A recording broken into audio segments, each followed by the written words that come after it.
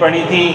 سورہ آل عمران کی آیت نمبر 81، اس میں بھی بیان کیا گیا انبیاء کرام کو اللہ تعالیٰ نے فرمایا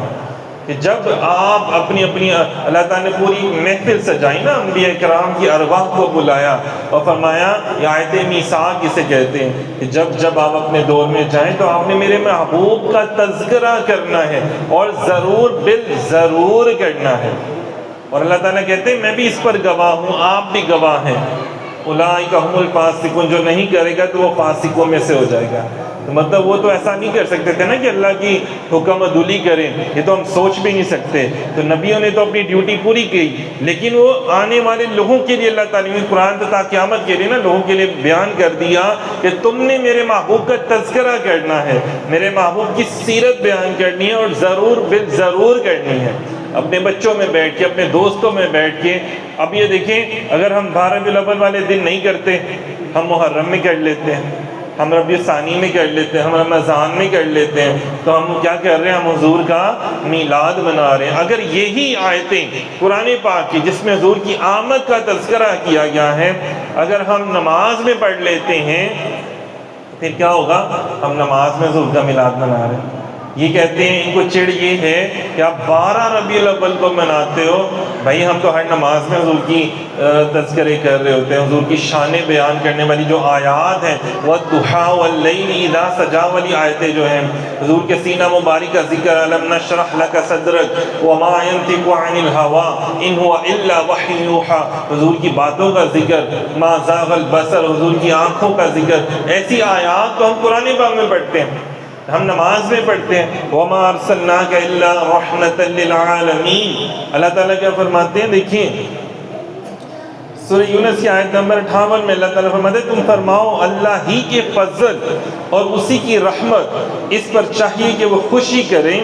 وہ ان کے سب دھن دولت سے بہتر ہے۔ اندازہ کریں اب رحمت کیا ہے، اللہ کا فضل، اللہ کی رحمت کیا ہے؟ وَمَا أَرْسَلْنَاكَ إِلَّا رَحْمَةً لِّلْعَالَمِينَ، اللہ تعالیٰ فرما رہے ہیں میں خوشی کرو،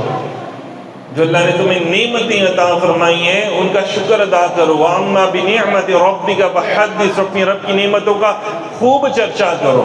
ہمیں اللہ نے کروڑہا نعمتیں عطا فرمائی، ہم سب کا نام ہی لے سکتے ہیں، تو جس کے صدقے سے ساری نعمتیں مل گئیں ہم ان کا تذکرہ کر کے خوشی مناتے ہیں۔ اور کیا ہم درود و سلام پڑھ کے خوشیاں مناتے ہیں، ہم حضور صلی اللہ علیہ وسلم کا